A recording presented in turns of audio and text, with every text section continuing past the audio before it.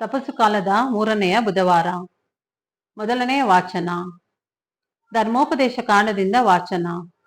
ಮೋಶೆ ಜನರಿಗೆ ಹೀಗೆಂದನು, ಇಸ್ರಾಯೇಲರೇ ಕೇಳಿ, ನೀವು ಜೀವದಿಂದಿಳಿದು ನಿಮ್ಮ ಪಿತೃಗಳ ದೇವರಾದ ಸರ್ವೇಶ್ವರ ನಿಮಗೆ ಕೊಡುವ ನಾಡನ್ನು ಸೇರಿ ಸ್ವಾಧೀನ ಮಾಡಿಕೊಳ್ಳಬೇಕಾದರೆ ನಾನು ಈಗ ಬೋಧಿಸುವ ಆಜ್ಞಾವಿಧಿಗಳನ್ನು ಗಮನದಿಂದ ಅನುಸರಿಸಬೇಕು.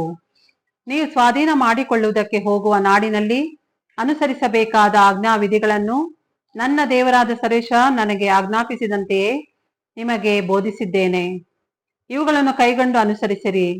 ಅನುಸರಿಸಿದ್ದೇ ಆದರೆ ಅನ್ಯ ಜನಗಳು ನಿಮ್ಮನ್ನು ಜ್ಞಾನಿಗಳು ವಿವೇಕಿಗಳು ಎಂದು ತಿಳಿಯುವರು. ಈ ಆಜ್ಞೆಗಳ ಬಗ್ಗೆ ಅವರು ಅರಿತುಕೊಂಡಾಗ ಈ ದೊಡ್ಡ ಜನಾಂಗ ಎಂಥ ಜ್ಞಾನ ವಿವೇಕವುಳ್ಳ ಜನಾಂಗ ಎಂದು ಮಾತನಾಡಿಕೊಳ್ಳುವರು. ನಾವು ಮೊರೆ ಇಡುವಾಗಲೆಲ್ಲ ನಮ್ಮ ದೇವರಾದ ಸರ್ವೇಶ್ವರ ನಮಗೆ ಸಮೀಪವಾಗಿರುವಂತೆ ಬೇರೆ ಯಾವ ಜನಾಂಗಕ್ಕೆ ಅದೆಷ್ಟೇ ದೊಡ್ಡದಾಗಿರಲಿ ಯಾವ ದೇವರು ಹೀಗೆ ಸಮೀಪವಾಗಿರುತ್ತಾರೆ?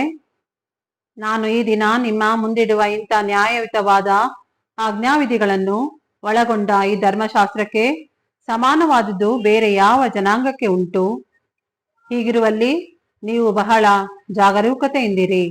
ನಿಮ್ಮ ಕಣ್ಣುಗಳಿಂದಲೇ ನೋಡಿದ ಘಟನೆಗಳನ್ನು ಎಷ್ಟು ಮಾತ್ರಕ್ಕೂ ಮರೆಯದಿರಿ. ಜೀವಮಾನ ಪರ್ಯಂತ ಇವುಗಳನ್ನು ನೆನಪಿನಲ್ಲಿಡಿ. ನಿಮ್ಮ ಮಕ್ಕಳಿಗೂ ಮೊಮ್ಮಕ್ಕಳಿಗೂ ತಿಳಿಸುತ್ತಾ ಹೋಗಿ. ಪ್ರಭುವಿನ ವಾಕ್ಯ. ದೇವರಿಗೆ ಕೃತಜ್ಞತೆ ಸಲ್ಲಲಿ. ಕೀರ್ತನೆ. ಶ್ಲೋಕ.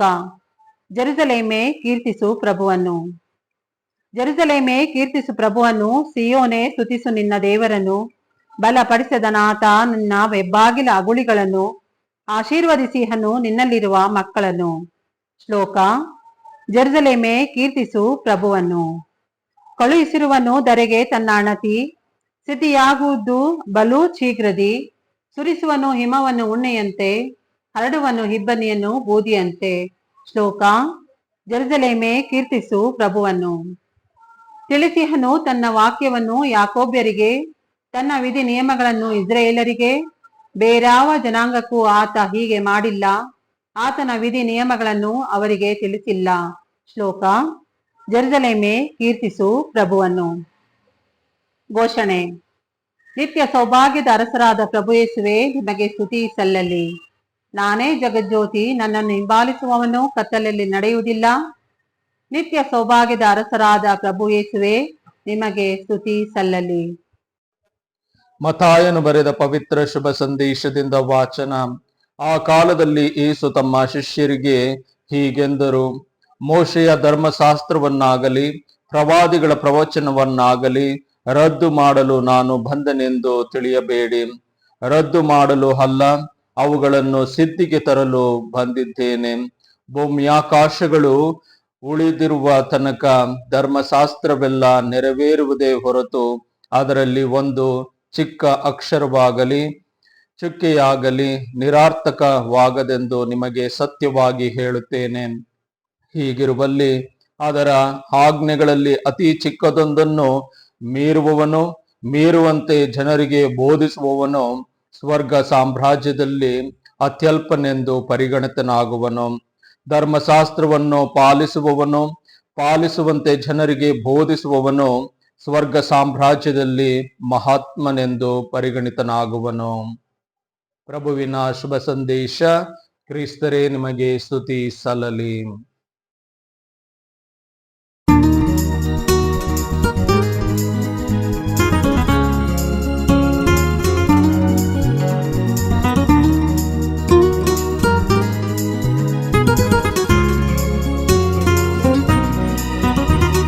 ಮೋಶೆಗೆ ಕರೆದನು ಸೀನಾಯಿ ಬೆಟ್ಟದಲ್ಲಿ, ನನ್ನನ್ನು ಕರೆದನು ಕಲ್ವಾರಿ ಬೆಟ್ಟದಲ್ಲಿ. ಮೋಶೆಗೆ ಮುಚ್ಚಿತು ಮಹಿಮೆಯ ಮೇಘವು, ಮನ್ನನ್ನು ಮುಚ್ಚಿತು ಪರಿಶುದ್ಧಾತ್ಮವು. ಮೋಶೆಗೆ ಕರೆದನು ಸೀನಾಯಿ ಬೆಟ್ಟದಲ್ಲಿ, ನನ್ನನ್ನು ಕರೆದನು ಕಲ್ವಾರಿ ಬೆಟ್ಟದಲ್ಲಿ.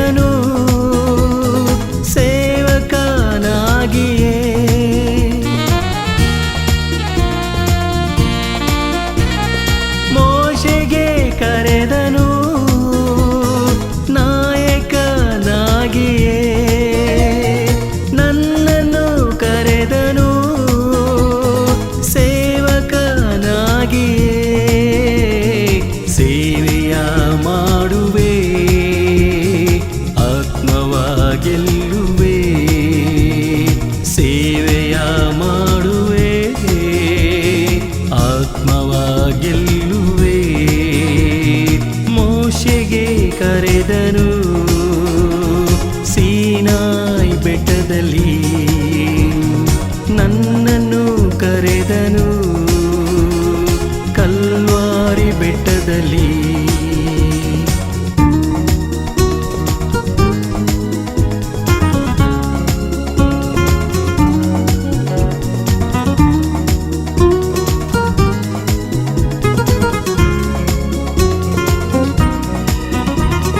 ಮೋಶೆಗೆ ಕರೆದನು ವಿಜ್ಞಾಪನೆ ಮಾಡಲು ನನ್ನನ್ನು ಕರೆದನು ಪ್ರಾರ್ಥನೆ ಮಾಡಲು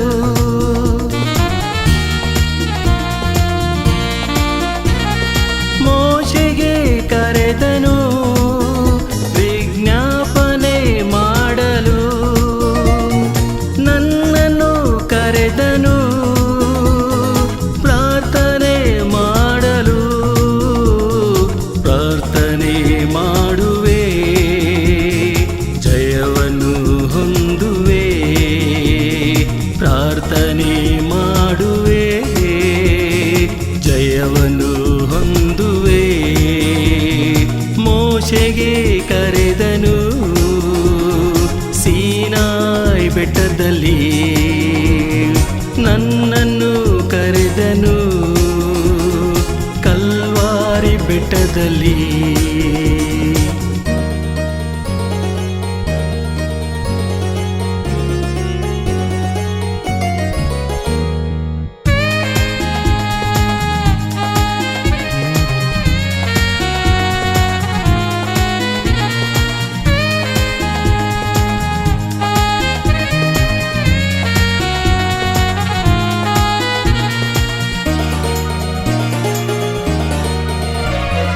ಮೋಶೆಗೆ ಕರೆದನು ಕಾನಾನ್ ಸೇರಲು ನನ್ನನ್ನು ಕರೆದನು ಪರಲೋಕ ಸೇರಲು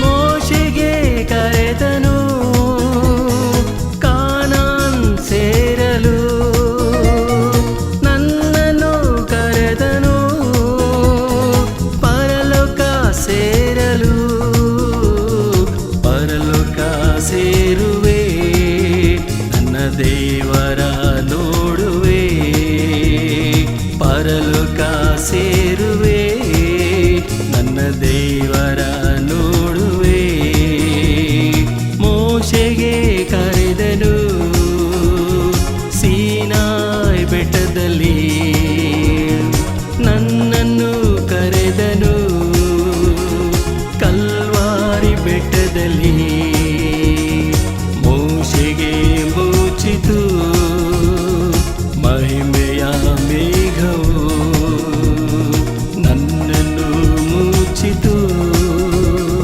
ಪರಿಶುದ್ಧಾತ್ಮವು ಮೋಶೆಗೆ ಕರೆದನು ಸೀನಾಯಿ ಬೆಟ್ಟದಲ್ಲಿ ನನ್ನನ್ನು ಕರೆದನು ಕಲ್ವಾರಿ ಬೆಟ್ಟದಲ್ಲಿ